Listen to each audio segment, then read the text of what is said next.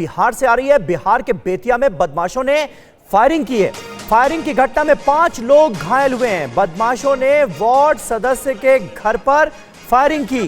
जोगा पट्टी के डुमरी पंचायत में 4 राउंड फायरिंग हुई है। बिहार के बेतिया से ये अहम खबर सामने आ रही है।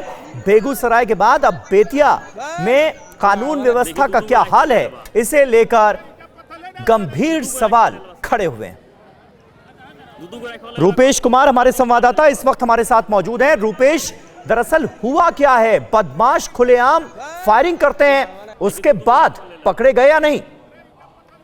देखिए, ये डुमरी पंचायत का गोला घाट है और गोला घाट में जो वार्ड सदस्य हैं राजा पटेल के आवास और उसके आसपास ही एक हमलावर पहुंचा था, जिसके हाथों में 2 बंदूकें थी, आप समझिए। और उसको, हालांकि उसे पकड़कर ग्रामीणों ने पहले उसकी पिटाई की और उसके बाद उसे पुलिस के हवाले कर दिया है। अच्छा। लेकिन क्या वो वार्ड सदस्य की हत्या की नीयत से आया था? उसने अंधाधुंध गोलियां क्यों चलाई हैं, जिसमें 3 लोगों को, वार्ड सदस्य जो है उनके गर्दन में गोली लगी है। लेकिन सबसे अहम सवाल ये है कि गांव तक एक व्यक्ति 2 बंदूक लेकर के और गांव के पास तक पहुंच जाता है, वार्ड सदस्य के घर पर। और उनके घर पर जो राजा पटेल हैं वो खुद बैठे हुए थे, विजय पटेल और रुस्तम मियां, इन 3 लोगों को गोली लगी है।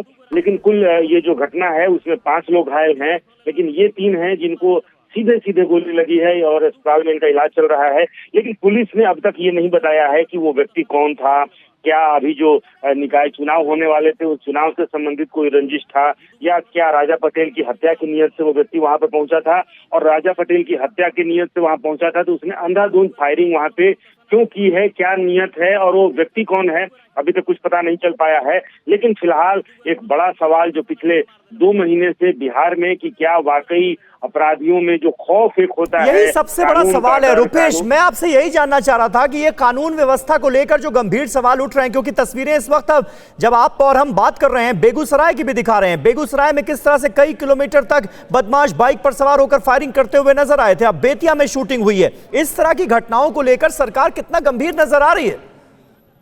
देखिए, सरकार कितना गंभीर है, सरकार हर सप्ताह में कानून का राज का दावा कर, खुद मुख्यमंत्री दावा करते हैं, कानून व्यवस्था की समीक्षा भी करते हैं, दूसरी तरफ घटनाएं भी होती हैं। और जिस दिन शपथ ग्रहण हो रहा था उस दिन बालू माफिया किस तरीके से फायरिंग करते हैं, और वहां अब तक ये पता नहीं चल पाया है कि आखिर गांव के कितने लोग मारे गए। और इसी तरह से जो घटनाएं हो रही हैं उनमें सबसे आश्चर्य की बात ये है। बिल्कुल बिल्कुल रूपेश, बहुत बहुत शुक्रिया फिलहाल आपका इस ताजा जानकारी और अपडेट के लिए। पहले बेगूसराय और अब बेतिया में गोलीकांड सामने आया है।